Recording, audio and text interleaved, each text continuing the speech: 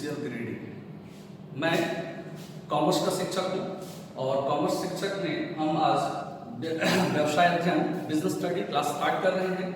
Previous classes में हम लोग व्यवसाय अध्ययन का फर्स्ट चैप्टर वो नेचर एंड सिग्निफिकेंस मैनेजमेंट प्रबंध की प्रकृति एवं महत्व के बारे में चर्चा किए थे।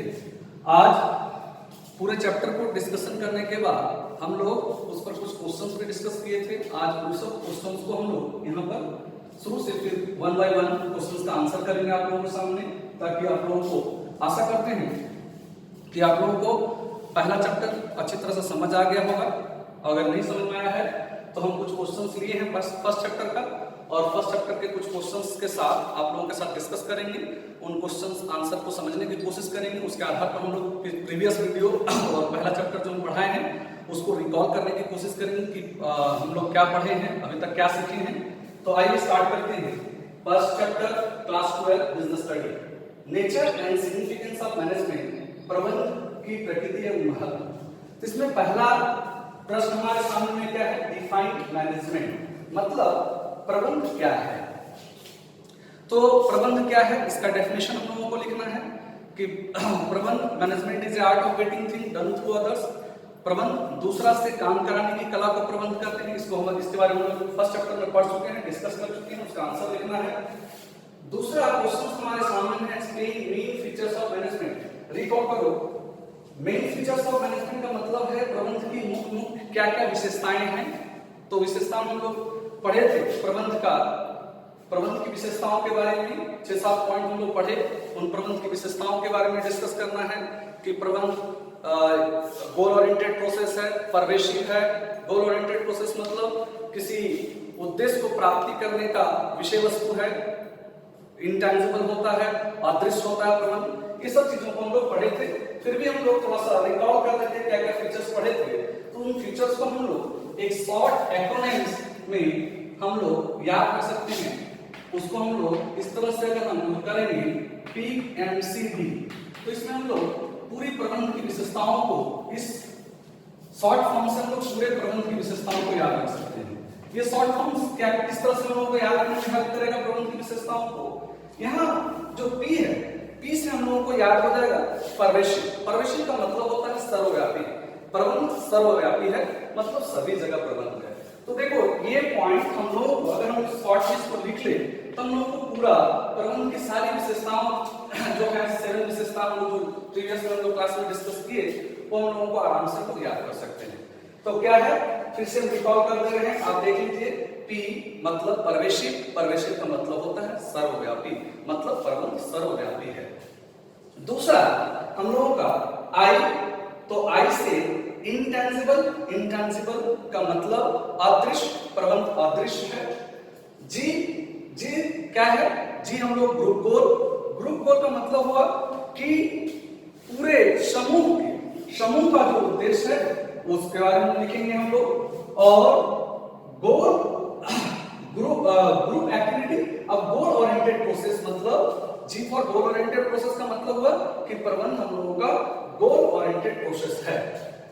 अब हम लोग आते हैं एम, मतलब मल्टी डायमेंशनल, बहुयामी है प्रबंध, जिसमें हम लोग देखे थे प्रबंध किसका किसका करना है, प्रबंध काम का करना है, प्रबंध किसका करना है, लोगों का प्रबंध करना है, और ऑपरेशन कार्य का प्रबंध करना है, ऑपरेशन का प्रबंध करना है। ये सब के बारे में डिस्कस किए। एंड यहाँ पर आते हैं सी, तो सी है क्या चीज है, सी फॉर कंटिन्यूअस, मतलब प्रबंध एक लगातार चलने वाली क्रिया है। डी फॉर डायनेमिक, प्रबंध क्या है, डायनेमिक है। इस तरह से हम लोग explain main features of management, तो प्रबंध की मुख्य विशेषताओं को हम लोग लिख सकते हैं, लिख पाएंगे, लिख लीजिए। अब हम थर्ड क्वेश्चन पर डिस्कस करते हैं। थर्ड क्वेश्चन, कुछ क्वेश्चंस हम लोग पहले भी डिस्कस पढ़ाते हुए फर्स्ट चैप्टर को पढ़ाते हुए डिस्कस किए थे, और कुछ क्वेश्चंस हम लोग यहाँ पर लिए हैं फिर से रिकॉल करने के लिए, ताकि हमारा चैप्टर फिर से अच्छा से समझ में आ जाए। तो थर्ड हम लोग का क्वेश्चन है, in absence of efficient management the resource will remain resource and can not be converted into finished product. इसका मतलब क्या हुआ कि अगर मैनेजमेंट प्रबंध एफिशिएंट, प्रभावपूर्ण और कुशल नहीं होगा तो हमारा जो रिसोर्स, हमारा संसाधन है वो हमारा संसाधन ही रह जाएगा। और संसाधन को अगर हमको फिनिश प्रोडक्ट में कुछ कार्य में लाना है, उसको एक गुड्स में कन्वर्ट करना है, यूजफुल चीजों में बनाना है प्रबंध को, तो हमको उसके लिए प्रबंध की आवश्यकता होती है, प्रबंध की आवश्यकता होती है। अगर प्रबंध नहीं होगा तो हमारा जो रिसोर्स है, हमारा संसाधन है, वो संसाधन लग जाएगा। जैसे आज का दौर है, टीचर्स हैं, अवेलेबल टीचर्स हैं, स्टूडेंट भी है, विद्यार्थी भी आप घर में बैठे हुए हैं, टीचर्स भी घर में बैठे हुए लॉकडाउन के माध्यम से।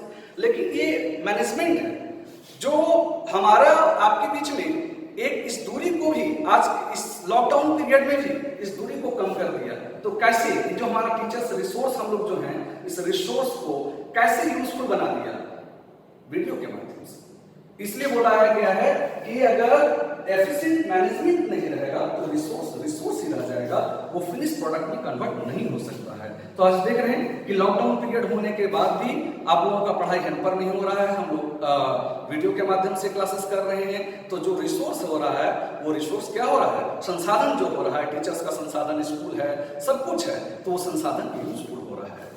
ये इस प्रकार से क्वेश्चन का, इस प्रश्न का उत्तर इसी तरह से लिखना है, एग्जांपल देकर के अच्छा से वर्णन करते हुए लिखना है। अब हम आते हैं फोर्थ क्वेश्चन पर। A successful enterprise has to achieve its goal efficiently and effectively and efficiently explain. बोला है कोई भी ऑर्गेनाइजेशन, कोई भी संस्था, सक्सेसफुल संस्था किसी भी गोल को अचीव करता है, कैसे करता है, तो इफेक्टिवली करता है और एफिशिएंटली करता है। इफेक्टिवली का मतलब होता है प्रभावपूर्ण का मतलब होता है कि काम समय पर करना। ये हम लोग डिस्कस किए, प्रीवियस वीडियो में हम लोग डिस्कस किए कि समय पर अगर कोई काम पूरा होगा तो उसको हम लोग इफेक्टिवली करेंगे, मतलब प्रभावपूर्ण करेंगे। और उस प्रबंधक को हम लोग कुशल प्रबंधक, दक्ष प्रबंधक तभी कर सकते हैं जब वह कम से कम संसाधनों का उपयोग करते हुए उस काम को पूरा करे। अगर संसाधन जितना कम यूज करेगा और वो उतना अच्छा से काम करवा पाएगा तो वह कुशल प्रबंधक कहा जाएगा, अदरवाइज वो कुशल प्रबंधक नहीं कहा जा सकता। मतलब उसकी कुशलता, प्रबंधक की कुशलता किस पर डिपेंड करेगी कि कोई भी काम समय पर पूरा हो और कम से कम संसाधनों का यूज हो, प्रयोग, उपयोग हो, ज्यादा से संसाधन बेकार ना जाए, संसाधन का मिसयूज ना हो, तब उस प्रबंधक को हम लोग कुशल प्रबंधक। अब जब प्रबंधक कुशल होगा तो उसका संस्था और निश्चित रूप से कुशल, सक्सेसफुल, मतलब बहुत अच्छा संस्था समझा जाएगा कि ये संस्था बहुत सक्सेसफुल संस्था है। किस पर डिपेंड करता है, तो एक मैनेजर के इफेक्टिवली और एफिशिएंटली जो कार्य करने की, प्रभावपूर्ण और दक्षतापूर्ण कार्य करने की जो तरीका है, उस पर निर्भर करता है कि वो प्रबंधक किस तरह से है, ऑर्गेनाइजेशन को, अपनी संस्था को किस ऊंचाइयों पर, किस बुलंदियों पर ले जाता है। ये हुआ। और किस तरह से अपने गोल को, अपने जो एम है, उद्देश्य है, उस उद्देश्य को किस तरह से वो प्राप्त करता है। तो अपने उद्देश्यों को प्राप्त करने के लिए प्रबंधक को, अपने उद्देश्य को प्राप्त करने के लिए क्या करता है, काम को कम समय में करवाता है और रिसोर्स का मिसयूज नहीं करता है, कम से कम रिसोर्सेज का, संसाधनों का उपयोग करता है। अब हम लोग फिफ्थ क्वेश्चन, हम लोग आते हैं फिफ्थ क्वेश्चन पर। Explain main objective of management. Management के मेन ऑब्जेक्टिव पर, तो मेन ऑब्जेक्टिव हम लोग डिस्कस किए थे। मेन ऑब्जेक्टिव क्या है, तो हम लोग डिस्कस किए थे मेन ऑब्जेक्टिव। मेन ऑब्जेक्टिव में हम लोग डिस्कस किए थे ऑर्गेनाइजेशनल ऑब्जेक्टिव, संस्था का उद्देश्य, सोशल ऑब्जेक्टिव, सामाजिक दायित्व, सामाजिक उद्देश्य क्या है, और पर्सनल ऑब्जेक्टिव मतलब व्यक्तिगत उद्देश्य क्या है। तो इसको भी हम लोग शॉर्ट तरीका है किस तरह से तो याद रख सकते हैं। ये तरीका क्या है, तो हम लोग कर सकते हैं, इसको याद रख सकते हैं OST। OST से हम लोग शॉर्ट में रिवीजन करवाते हैं, आप लोगों को शॉर्ट में आप लोग याद रखिए। और वो यहाँ पर O से हम समझ जाएंगे ऑर्गेनाइजेशनल ऑब्जेक्टिव के बारे में बात कर रहे हैं। ऑर्गेनाइजेशनल ऑब्जेक्टिव का मतलब संस्था का उद्देश्य, ठीक है। संस्था का उद्देश्य किसने भी हम लोग पढ़े थे, ऑर्गेनाइजेशनल ऑब्जेक्टिव में हम लोग पढ़े थे, क्या क्या पढ़े थे, profit, growth, survival, profit and growth. Survival, profit and growth. Survival का मतलब जीवंत रहना, संस्था को जीवंत रहना। उसके बाद हम लोग पढ़े थे उसका लाभ प्रदान करना, और ग्रोथ मतलब विकास। तो इसको भी हम लोग याद रख सकते हैं SPG से माध्यम से लोग याद रख सकते हैं। दैट इज क्या हो गया, survival, S for survival, P for profit and G for growth. ठीक है बच्चों, तो हम लोग संस्था के उद्देश्य में हम लोग क्या पहले 3 उद्देश्य लिखेंगे, क्या क्या हम लोग लिखेंगे, ऑर्गेनाइजेशनल ऑब्जेक्टिव मतलब संस्था का उद्देश्य, एस सोशल ऑब्जेक्टिव मतलब संस्था का क्या उद्देश्य है, and P for personal objective. एक तरीका है शॉर्ट में, एकदम इजी वे में याद रखने का तरीका है, आप लोग लिख सकते हैं इसको। तो पहला सबसे पहले हम लोग लिखने के लिए आया कि एक्सप्लेन द मेन ऑब्जेक्टिव, किसी प्रबंध का मुख्य उद्देश्य क्या है। तो किसी प्रबंध का तीन मुख्य उद्देश्य होता है, जिसको लोग प्रीवियस वीडियो में बात कर चुके हैं। तो तीन उद्देश्य क्या क्या है, उसको हम एक शॉर्ट फॉर्म लिए, इजी ले लिए, ताकि हम लोग को याद रख पाए, आराम से याद रख से, आसानी से याद रख से। क्या रखें हम लोग, OSP। यहां पर ओ किसके लिए हम लोग लिए, ऑर्गेनाइजेशनल ऑब्जेक्टिव के लिए, मतलब संस्था का उद्देश्य। तो संस्था का उद्देश्य भी हम लोग डिस्कशन किए, सर्वाइवल, प्रॉफिट एंड ग्रोथ के बारे में डिस्कस किए। सर्वाइवल मतलब किसी बिजनेस में, तो हम लोग डिस्कस कर चुके, कोई बिजनेस तब तक मतलब जीवित रह सकता है जब तक वो no profit and no loss का सिचुएशन में रहे, ये हम लोग डिस्कस किए। प्रॉफिट, उसके बाद ग्रोथ करना है। सोशल ऑब्जेक्टिव में भी हम लोग डिस्कस किए क्या क्या सोशल ऑब्जेक्टिव, सामाजिक उद्देश्य क्या होता है किसी संस्था का, और पर्सनल व्यक्तिगत उद्देश्य। पर्सनल ऑब्जेक्टिव मतलब व्यक्तिगत उद्देश्य, उसको हम लोग इंडिविजुअल ऑब्जेक्टिव भी बोलते हैं। अब हम लोग नेक्स्ट क्वेश्चंस की ओर और कुछ क्वेश्चंस इस पर हम लोग डिस्कस करते हैं। अब हम लोग छठवां क्वेश्चन पर आते हैं, 6 क्वेश्चन पर आते हैं। तो 6 क्वेश्चन हमारा इस चैप्टर में है explain the nature of management, मतलब मैनेजमेंट प्रबंधन की प्रकृति कैसे होती है, प्रबंधन का प्रकृति कैसा है। तो हम लोग डिस्कस कर चुके कि प्रबंधन की प्रकृति कैसी है, उसके बाद पूरा डिस्कस किए। तो क्या शॉर्ट में हम याद करते हैं प्रबंधन की प्रकृति कैसा है। तो प्रबंधन की प्रकृति को हम लोग किस तरह से एक्सप्लेन कर सकते हैं,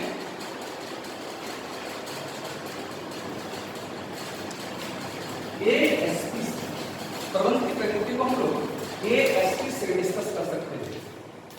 A फॉर आर्ट, मतलब प्रबंध क्या एक कला है। तो प्रबंध को कला के रूप में हम लोग डिस्कस करने से पहले हम लोग क्या किए कि कला के क्या क्या विशेषता है इसके बारे में हम लोग लिखे, और कला की विशेषता के साथ साथ प्रबंध का विशेषता में क्या उसका समन्वय है, क्या उसके साथ कुछ तालमेल है, उसी के आधार पर हम लोग प्रबंध को कला कर सकते हैं। अदरवाइज प्रबंध को हम लोग कला नहीं कर सकते, इसके बारे में लोग डिस्कस किए। तो यहाँ अगर हम लोग केवल ये करना है कि explain the nature of management, तो मैनेजमेंट का नेचर तीन ही होता है, तीन रूप से मैनेजमेंट को हम लोग एक्सप्लेन कर सकते हैं। किस रूप में, कला के रूप में, एस दैट इज साइंस, और प्रबंध को विज्ञान के रूप में। क्या प्रबंध को विज्ञान के रूप में, तो हम बताए कि प्रबंध एक कला है। हम लोग इसके मीनिंग पर, इसकी परिभाषा से हम लोग जाने कि प्रबंध कला है, किसी से काम करवाने की कला है। तो प्रबंध और उसकी विशेषता से हम लोग इसके बारे में पूरा डिस्कशन किए। प्रीवियसली हम लोग प्रीवियस वीडियो में हम लोग डिस्कस कर चुके, प्रीवियस क्लास में हम लोग डिस्कस कर चुके। अब हम लोग प्रबंध क्या विज्ञान है, इसके बारे में हम लोग डिस्कस किए कि तो प्रबंध को विज्ञान हम लोग कैसे कहे या कह सकते हैं या कहेंगे कि नहीं कहेंगे। तो हम लोग विशेषता, प्रबंध की विशेषता के साथ हम लोग मैनेजमेंट की विशेषता को कंपेयर किए, तुलनात्मक अध्ययन किए कि प्रबंध की क्या क्या विशेषताएं हैं और विज्ञान की क्या क्या विशेषताएं हैं। क्या प्रबंध की विशेषता के साथ विज्ञान की विशेषता का तालमेल है कि नहीं है। तो हम लोग क्या देखें कि प्रबंध की विशेषता के साथ विज्ञान की कुछ कुछ विशेषताओं का तालमेल नहीं है। तो हम लोग क्या कहें कि प्रबंध को हम लोग विज्ञान नहीं कर सकते हैं, लेकिन प्रबंध को हम लोग सामाजिक विज्ञान कर सकते हैं। नेक्स्ट है प्रबंध, पी फॉर प्रोफेशन। क्या प्रबंध को हम लोग पेशा कर सकते हैं। तो प्रबंध को हम लोग पेशा नहीं कर सकते। प्रबंध को पेशा करने से पहले हम लोग पेशा की कुछ विशेषताओं को देखे और प्रबंध की विशेषताओं के साथ तुलनात्मक अध्ययन किए।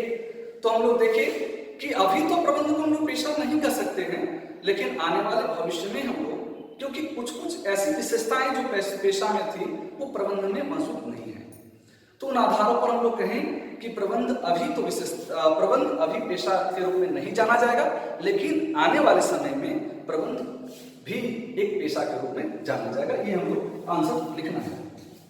तो explain the nature of management, तो प्रबंध की प्रकृति को एक्सप्लेन करने के लिए हम लोग तीन लिए, प्रबंध एक कला, प्रबंध विज्ञान और प्रबंध पेशा।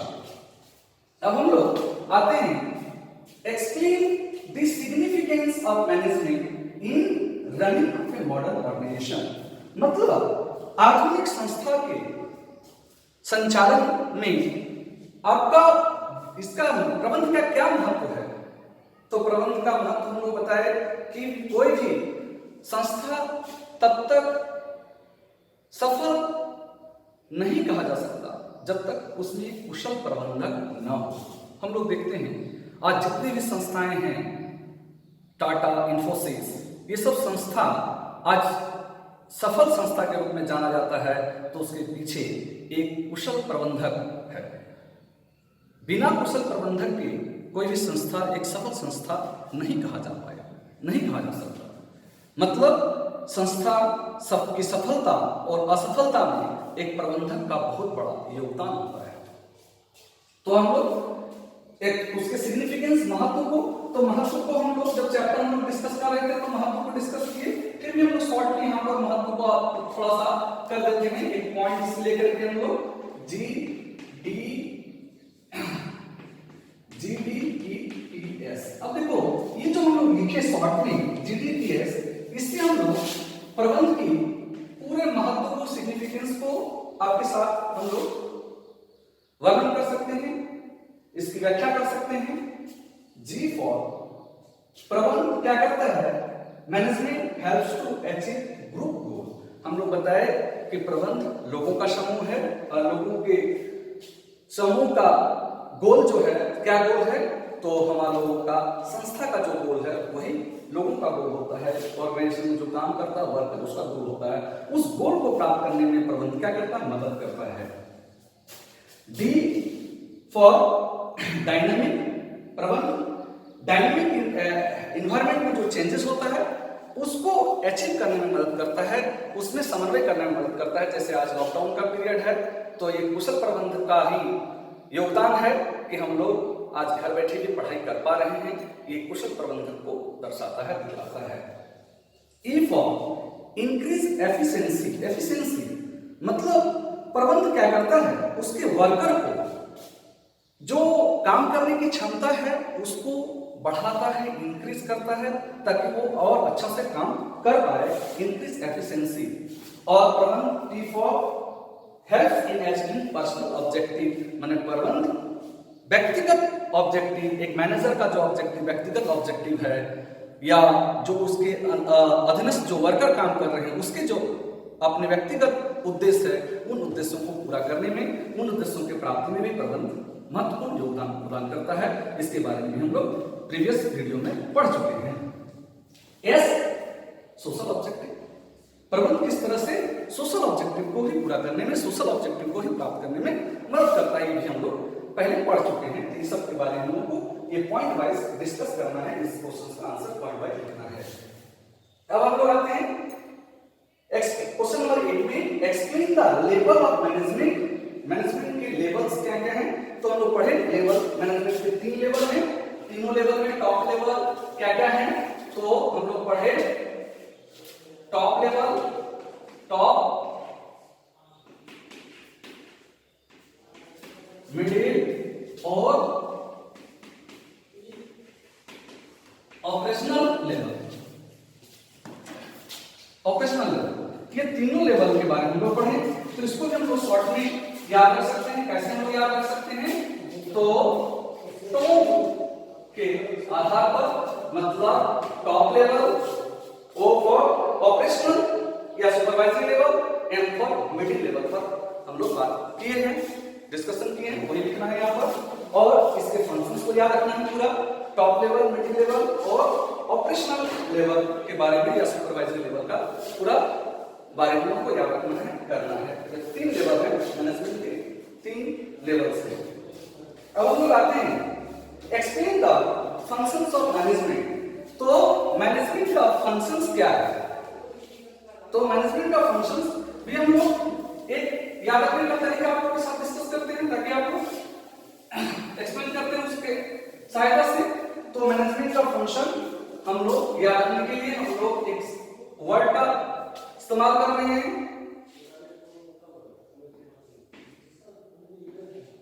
Post DC. क्या है पोस्ट डीसी? ताकि हम इसके आधार पर मैनेजमेंट के पूरे फंक्शंस को याद रख सकें। इसमें है P stands for planning, planning का मतलब है योजना, जो हम लोग चैप्टर में पढ़ेंगे। O for organising, S for staffing, D for directing and C for controlling. तो ये एक वर्ड होती है, इस वर्ड की सहायता से हम लोग याद रख सकते हैं इस क्वेश्चन को, और इसके बारे में हम लोग एक्सप्लेन करना है, जो कि हम लोग पहले चैप्टर में कर चुके हैं। अब हम लोग आते हैं डिफाइन कोऑर्डिनेशन। कोऑर्डिनेशन क्या है, समन्वय क्या है, इस पर हम लोग बात कर चुके हैं। उसको लिखना है explain the features and importance of coordination. Coordination का फीचर्स क्या है और इंपॉर्टेंस क्या है। तो फीचर्स पर हम लोग बात किए थे, फीचर्स पर फिर एक बार हम लोग शॉर्ट में हम लोग याद कर सकते हैं। तो ये फीचर्स ग्रुप से एक वर्ड ये, इससे हम लोग याद रखें पूरा किसके फीचर्स को, समन्वय के फीचर्स को। D for deliberate function, coordination मतलब समन्वय एक डेलिब्रेट फंक्शन है। यूनिटी ऑफ एक्शंस दिखलाता है, परवेशिव होता है, P for pervasive, C for continuous लगातार चलने वाली, और R स्टैंड्स फॉर, यहां पर R जो है कोऑर्डिनेशन किस तरह से रिमेंबर हम लोगों को करवाता है कि पहले हम लोग आते हैं D for deliberate function, U for unity and action.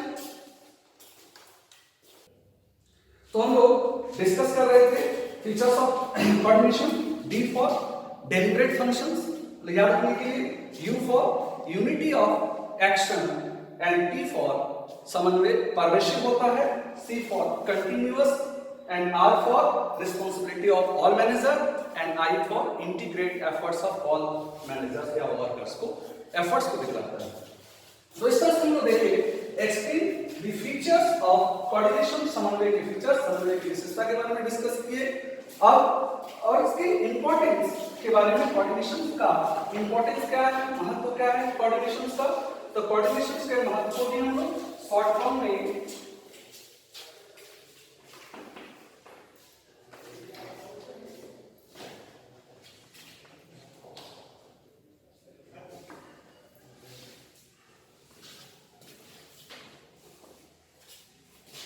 इसको भी FUSS से हम लोग डिस्कस कर सकते हैं।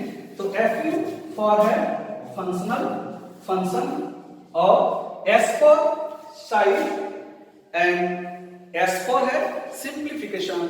और किस तरह से कोऑर्डिनेशन समन्वय करता है, सिंप्लीफिकेशन करता है कोऑर्डिनेशन।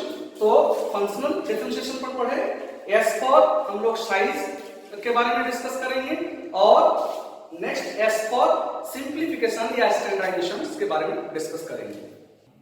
तो फंक्शनल हम लोग इंपॉर्टेंस ऑफ कोऑर्डिनेशन में क्या देखे, FU फंक्शनल डिफरेंशिएशन देखे, S for growth in size के बारे में डिस्कस किए, और सिंप्लीफिकेशन, स्टैंडर्डाइजेशन या स्पेशलाइजेशन, S फॉर स्पेशलाइजेशन मतलब कैसे वर्क को कोऑर्डिनेशन समन्वय कैसे सिंपल कर देता है, स्टैंडर्डाइजेशन कर देता है और स्पेशलाइजेशन प्रोवाइड करता है, एक समन्वय के बारे में डिस्कस किए। तो कैसे स्पेशलाइजेशन कैसे होता है इसका और समन्वय का, क्योंकि आज मॉडर्न टेक्नोलॉजी का दौर है और हर एक ऑर्गेनाइजेशन में क्या होता है एडवांस टेक्नोलॉजी लोग उपयोग करता है। तो उसको एडवांस टेक्नोलॉजी उपयोग करने के लिए हम लोग जानते हैं कि वर्कर उतना एफिशिएंट नहीं है, वर्कर को उतना जानता नहीं है, उसको पता नहीं है, तो बाहर से स्पेशलिस्ट लोग को बुला करके उस काम को ऑर्गेनाइजेशंस में करवाया जाता है प्रबंधन के द्वारा। तो इस स्पेशलाइजेशन में जो बाहर से एक्सपर्ट आते हैं उन और वर्कर के बीच में कोऑर्डिनेशन समन्वय करना, ये इसका समन्वय करता है कौन, कोऑर्डिनेशन मतलब समन्वय करना, ताकि स्मूथ फंक्शनिंग हो सके, ऑर्गेनाइजेशन स्मूथली चल सके। इस तरह से हम लोग देख लिए। तो इस तरह से हम लोग 11 क्वेश्चंस हम लोग डिस्कस कर चुके। अब 11 क्वेश्चंस हम लोग डिस्कशन करने के बाद अब हम लोग next chapter, second chapter start करने जा रहे हैं। अब हम लोग दूसरे चैप्टर में आते हैं। दूसरा चैप्टर में हम लोगों का क्लास 12 में बिजनेस स्टडी में दूसरा चैप्टर हमारा क्या है, प्रिंसिपल ऑफ मैनेजमेंट, प्रबंधन के सिद्धांत। जब हम लोग तो दूसरे चैप्टर में हम लोग प्रिंसिपल ऑफ मैनेजमेंट, प्रबंधन के सिद्धांत के बारे में बात करेंगे। इस चैप्टर में हम लोग क्या क्या पढ़ेंगे, इस चैप्टर में हम लोग पढ़ेंगे meaning of principle of management, मतलब प्रबंध का सिद्धांत क्या है इसके बारे में पढ़ेंगे। Nature of principle of management मतलब प्रबंध के सिद्धांत की प्रकृति के बारे में पढ़ेंगे। जिस प्रकार मैनेजमेंट की प्रकृति के बारे में पढ़ सकते हैं उसी तरह से सिद्धांत प्रबंध की सिद्धांत की प्रकृति कैसी है। सिग्निफिकेंस और need of principle of management मतलब प्रबंध की प्रकृति की आवश्यकता क्या है, सिद्धांत की आवश्यकता क्या है, इसके बारे में पढ़ेंगे, इसका इंपॉर्टेंस क्या है। और फ्योर्स प्रिंसिपल ऑफ मैनेजमेंट, फ्योर क्या क्या सिद्धांत दिए हैं मैनेजमेंट को, इसके बारे में पढ़ेंगे। Technique of scientific management scientific वैज्ञानिक टेक्निक विधि क्या है मैनेजमेंट के सिद्धांत को, उसके बारे में पढ़ेंगे। कंपैरिजन बिटवीन हम लोग क्या करेंगे, टेलर एंड फ्योर्स के बारे में पढ़ेंगे। लेट अस हम लोग स्टार्ट करते हैं first topic that is meaning of. तो हम लोग सेकंड चैप्टर में first topic that is meaning of principle of management माने प्रबंध के सिद्धांत के मीनिंग क्या है और इसका क्या परिभाषा है, क्या मतलब होता है। तो a principle is a fundamental statement of truth that provide guideline for action. मतलब फंडामेंटल ट्रूथ वास्तविकता जो हम लोगों को मैनेजर को क्या करता है, एक दिशा निर्देश देता है किसी भी डिसीजंस लेने में। सपोज मैनेजर किसी वर्कर का पदोन्नति करना चाहता है तो क्या करता है, कोई मैनेजर ये सिद्धांत बनाता है कि उसकी योग्यता के आधार पर पदोन्नति करेंगे, कोई मैनेजर ये सिद्धांत बनाता है नहीं, हम उसकी सीनियरिटी पर अर्थात वो उसका प्रमोशन उसके सीनियर कौन कितने सीनियर है उसके आधार पर हम लोग करेंगे। तो हम लोगों का सिद्धांत क्या करता है, गाइडलाइन प्रोवाइड करता है जिसके आधार पर मैनेजर एक्शंस लेता है। अब डिफरेंट चीजों से प्रिंसिपल ऑफ मैनेजमेंट का सिद्धांत के मीनिंग को हम लोग समझेंगे। जैसे मैनेजमेंट ऑफ प्रिंसिपल और प्योर साइंस का प्रिंसिपल। तो मैनेजमेंट का सिद्धांत जो होता है और प्योर साइंस का जो सिद्धांत है दोनों में बहुत ही अंतर है। क्यों? क्योंकि मैनेजमेंट का जो सिद्धांत होता है ह्यूमन बेस्ड होता है, ह्यूमन बिहेवियर, और ह्यूमन बिहेवियर हम लोग जानते हैं ह्यूमन बिहेवियर का अलग अलग जगह में अलग अलग सिचुएशंस के आधार पर या अलग अलग संस्था के आधार पर उसका बिहेवियर अलग अलग होता है, बर्ताव अलग अलग होता है। लेकिन वहीं अगर हम लोग बात करें प्योर साइंस का सिद्धांत के बारे में, अगर हम लोग बात करें प्योर साइंस का सिद्धांत, तो प्योर साइंस का सिद्धांत मैनेजमेंट के सिद्धांत से अलग होता है। क्योंकि प्योर साइंस का सिद्धांत जो भी होता है वो लैबोरेटरी बेस्ड होता है और उसका रिजल्ट हर एक जगह पर एक ही होगा। लेकिन मैनेजमेंट का जो सिद्धांत होगा अगर उसको हम सिद्धांत पे अप्लाई करेंगे तो उसका रिजल्ट उसके ऑर्गेनाइजेशन संस्था के आधार पर या ह्यूमन बिहेवियर के आधार पर डिफरेंट होगा। तो ये है management principle and pure science principle. अगर हम लोग बात करें मैनेजमेंट प्रिंसिपल और वैल्यूज के ऊपर, तो वैल्यू क्या है, जनरल गाइडलाइन है जो समाज में एक्सेप्टेबल है, जिसको समाज मान्यता देती है। लेकिन सिद्धांत वैसा नहीं है। सिद्धांत कैसा है, उस ऑर्गेनाइजेशंस के रिसर्च करने के बाद मैनेजर ऑर्गेनाइजेशंस के रिसर्च को देखकर, ऑर्गेनाइजेशंस की अवस्था को देखकर, ऑर्गेनाइजेशंस की क्षमता को देखकर डिसीजंस लेता है, सिद्धांत तैयार करता है, वहां के वर्कर्स के बिहेवियर को देख करके सिद्धांत तैयार करता है। लेकिन वैल्यूज एक जनरल गाइडलाइन होता है जो एक्सेप्टेबल होगा समाज में, जिसको मान्यता प्राप्त होगा।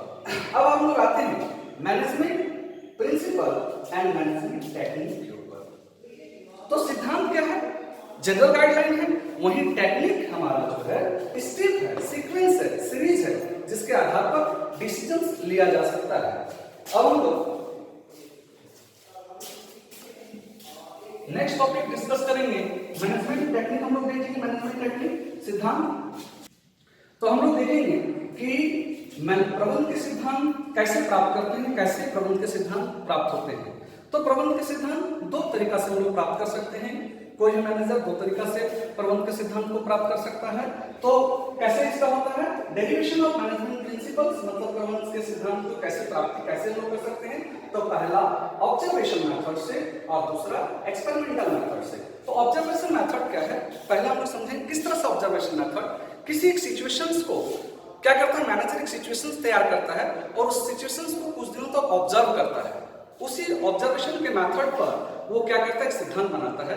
सपोज मैनेजर अपने वर्कर्स को क्या किया, छोटे छोटे टुकड़ों में उसके काम को बांट दिया, यूनिट में बांट दिया। और यूनिट में काम करा करके देखा कि काम हमारा इफेक्टिवली इफिशिएंटली अच्छा तरीका से काम पूरा हो रहा है। तो इस तरह से मैनेजर क्या देखा, क्या रिजल्ट पाया कि डिवीजन ऑफ वर्क, एक सिद्धांत क्या मिला, डिवीजन ऑफ वर्क। अगर हम काम को छोटे छोटे टुकड़ों में बांट दे, थोड़ा टीम वर्क कर दे, छोटे छोटे समूह में बांट दिया जाए कामों को, तो हमारा काम अच्छा आसानी से हो सकता है, स्पेशलाइज रूप से हो सकता है। तो इस तरह से ऑब्जर्वेशन मेथड से हम लोगों को एक सिद्धांत मिला। क्या सिद्धांत मिला, तो ऑब्जर्व करके मैनेजर क्या देखा, डिवीजन ऑफ वर्क। उसी तरह से अब एक्सपेरिमेंटल मेथड, अब मैनेजर क्या करता है कि ऑर्गेनाइजेशंस में कुछ एक्सपेरिमेंट करता है और एक्सपेरिमेंट के आधार पर सिद्धांत बनाता है। सपोज एक एग्जांपल लेते हैं, एक उदाहरण लेते हैं एक्सपेरिमेंटल मेथड का। क्या किया, एक ऑर्गेनाइजेशन क्या किया, दो यूनिट में एक यूनिट में क्या किया, 2 सुपीरियर दे दिया और एक यूनिट में 1 सुपीरियर दिया। तो देखा गया जहां पर 1 सुपीरियर था वहां पर काम आसानी से अच्छा से हो गया, वहीं दूसरे ओर जहां पर 2 सुपीरियर था वहां काम में कठिनाई आई क्योंकि वर्कर कंफ्यूज हो गए। वहां पर वर्कर को 2 सुपीरियर गाइडलाइन दे, 2 सुपीरियर सुपरवाइज करने लगे। तो इस तरह से हम लोग देखे इसमें एक्सपेरिमेंटल मेथड में हम लोग क्या देखे कि 1 सुपीरियर बेस्ट है। इससे हम लोग क्या मिला, यूनिटी ऑफ कंबाइन। तो हम लोग डिस्कस कर लिए ऑब्जर्वेशन मेथड कैसे हुआ और एक्सपेरिमेंटल मेथड के बारे में। तो हम लोग nature of principle of management के ऊपर, प्रबंधन के सिद्धांत के ऊपर डिस्कशन करते हैं। तो प्रबंधन के नेचर किसका है, पहला यूनिवर्सल एप्लीकेबिलिटी। यूनिवर्सल एप्लीकेबिलिटी का मतलब होता है जो सभी जगह सर्वमान्य। सिद्धांत मैनेजमेंट का सिद्धांत, प्रबंधन का सिद्धांत ऐसा होना चाहिए हर एक प्रकार के ऑर्गेनाइजेशन में, चाहे वो प्रॉफिटेबल ऑर्गेनाइजेशन हो, नॉन प्रॉफिटेबल ऑर्गेनाइजेशन हो, बड़ा ऑर्गेनाइजेशन हो, छोटा ऑर्गेनाइजेशन हो या गवर्नमेंट हो, नॉन गवर्नमेंट, किसी प्रकार के ऑर्गेनाइजेशन हो, संस्था हो, उसमें सर्वमान्य होना चाहिए। इस प्रकार का मैनेजमेंट सिद्धांत हम लोग देखते हैं कि ऐसा सिद्धांत जो सभी जगह एप्लीकेबल है, सभी जगह मान्यता प्राप्त है, उसका सिद्धांत सभी जगह काम कर रहा है। तो ये हो गया यूनिवर्सल एप्लीकेबिलिटी। मतलब हम लोग देख सकते हैं सिद्धांत को कि यूनिवर्सल एप्लीकेबिलिटी, चाहे वो प्रॉफिटेबल है, मतलब कहीं भी अगर मैनेजमेंट है तो उसका सिद्धांत है तो एप्लीकेबल है हर एक सिचुएशन में। और ये सिचुएशनल बेस्ड होता है, तो थोड़ी बहुत उसकी परिस्थिति के आधार पर सिद्धांत डिफर करेगा, बट हमेशा हर जगह, हर प्रकार के संस्था में, हर एक जगह के ऑर्गेनाइजेशन में ये एप्लीकेबल होना चाहिए। दूसरा जनरल गाइडलाइन। जनरल गाइडलाइन का मतलब मैनेजमेंट सिद्धांत क्या करता है, एक गाइडलाइन देता है कि किस प्रकार सिचुएशन बेस्ड, किस प्रकार हम लोगों को डिसीजंस लेना है, या हम लोगों को मैनेजर्स को किस प्रकार निर्णय लेने में एक सहायता प्रदान करता है। कि जैसे जैसे हमको बताया कि सिद्धांत सीनियरिटी के आधार पर उसको प्रमोशन करना है या उसकी योग्यता के आधार पर प्रमोशन करना है, उसको पदोन्नति करना है, इसको ये बताता है मैनेजमेंट का सिद्धांत। ये देता है जनरल गाइडलाइंस को मैनेजमेंट सिद्धांत बताता है। अब practice and experimentation. Practice and experimentation का मतलब होता है कि सिद्धांत रातों रात तैयार करने की चीज नहीं है। ये बार बार प्रैक्टिस करके किसी सिचुएशन बेस्ड को देख करके कि सिचुएशन कैसा है, उसका रिजल्ट क्या आ रहा है, उस पर मैनेजर क्या करता है, एक ही चीजों को बार बार करता है, अपने वर्कर पर उसको एक्सपेरिमेंट करता है कि वर्कर किस तरह से बिहेवियर कर रहा है, किस तरह से उसका रिप्लाई कर रहा है, उसके सिद्धांतों को मान रहा है कि नहीं मान रहा है। ये हो गया प्रैक्टिस एंड एक्सपेरिमेंटेशन। प्रैक्टिस और एक्सपेरिमेंटेशन पर फ्लेक्सिबल का मतलब होता है लचीला। सिद्धांत लचीला होना चाहिए, फ्लेक्सिबल होना चाहिए। जैसे मान लीजिए कि सेल्स मैनेजर को हमें टारगेट दिए और टारगेट देने के बाद उसको हम कहीं एक मैनेजर कहा कि 10% से ज़्यादा डिस्काउंट नहीं दे सकते, लेकिन एक बड़ा ऑर्डर लेने के लिए सेल्स मैनेजर देखा तो उसको अगर हम 0.5 और डिस्काउंट ऑफर कर दे कस्टमर को, हो सकता है हमको ह्यूज एक हमारा ऑर्डर को मिल जाए।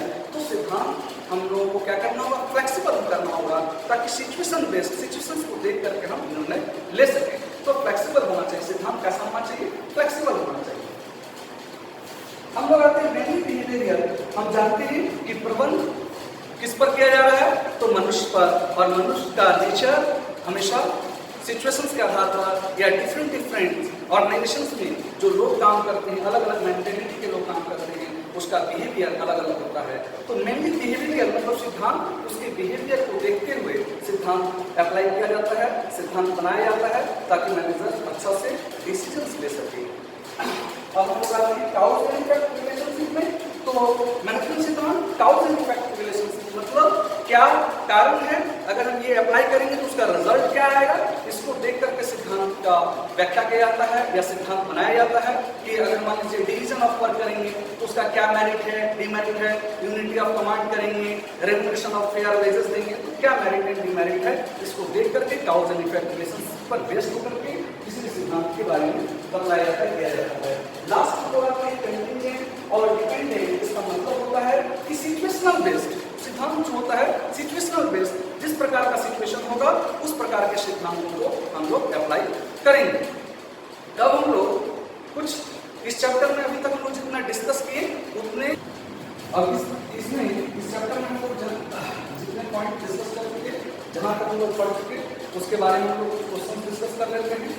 तो पहला क्वेश्चन आप लोग लीजिए, explain the meaning and nature of management principle, मतलब मैनेजमेंट प्रिंसिपल प्रबंधन सिद्धांत क्या है और उसका नेचर प्रकृति किस प्रकार की होगी, इसके बारे में हमको लिखना है। हम लोग इस क्लास में हमको पूरा डिस्कस कर चुके हैं कि प्रबंधन का सिद्धांत किसे कहते हैं, प्रबंधन का सिद्धांत क्या है और उसकी प्रकृति क्या है, इसके बारे में पूरा लिखना है। दूसरा question, management principle are evolutionary explain, मतलब डेरिवेशन जो बताए ऑब्जर्वेशन मेथड से और एक्सपेरिमेंटल मेथड से कैसे हम लोग मैनेजमेंट प्रिंसिपल को ड्राइव करते हैं, कैसे मैनेजमेंट प्रिंसिपल लाते हैं, कैसे मैनेजमेंट प्रिंसिपल बनता है, इसके बारे में डिस्कशन किए हैं। तो उसको लिखना है, मैनेजमेंट प्रिंसिपल आर इवोल्यूशनरी, उसको एक्सप्लेन करना है। थर्ड क्वेश्चन, जो अभी तक हम लोग जितना टॉपिक डिस्कस किए उस पर, तो management principle aim at influencing human behaviour explain, किस प्रकार के प्रबंधन के सिद्धांत लोगों के बिहेवियर को इन्फ्लुएंस करता है, प्रभावित करता है, इसके बारे में लिखना है। वो हम बताएं किस प्रकार, क्योंकि मैनेजमेंट प्रिंसिपल जो होना चाहिए उन लोग क्या करते हैं, ह्यूमन पर अप्लाई करते हैं और ह्यूमन बिहेवियर क्या होता है, अलग अलग होता है और सिचुएशंस के आधार पर होता है, तो सिद्धांत उसी के आधार पर बनाया जाता है। तो इसके बारे में पूरा एक्सप्लेन करना है। और फोर्थ हम लोग क्वेश्चन जो लिखे हैं कि management principle are flexible, comment upon this statement, कि मैनेजमेंट प्रिंसिपल जो होना चाहिए फ्लेक्सिबल होना चाहिए, इस स्टेटमेंट पर कमेंट करना है, आपको लिखना है कि क्यों फ्लेक्सिबल होना चाहिए। तो बताए, एक एग्जांपल भी दिए हम लोग कि किस तरह से सेल्स मैनेजर अगर हम रिजिड होकर के कि हम नहीं 10% से ज़्यादा डिस्काउंट आपको नहीं दे सकते हैं, तो हो सकता है एक बहुत बड़ा उसका ऑर्डर छूट जाए, तो अगर 0.5 या 0.25 और अगर बढ़ा दिया जाए तो एक बहुत बड़ा ऑर्डर मिल सकता है। तो इस पर लिखना है, इसके बारे में लिखना है किस तरह से मैनेजमेंट प्रिंसिपल फ्लेक्सिबल होना चाहिए। और इस वीडियो में हम लोग फर्स्ट चैप्टर पर जितने क्वेश्चन डिस्कस किए हैं उसके बारे में भी आप लोगों को लिख लेना है। और इस चैप्टर में जितने भी पॉइंट बचे हुए हैं वो सारे पॉइंट के बारे में हम लोग नेक्स्ट आने वाले क्लासेस में डिस्कस करेंगे। Thank you.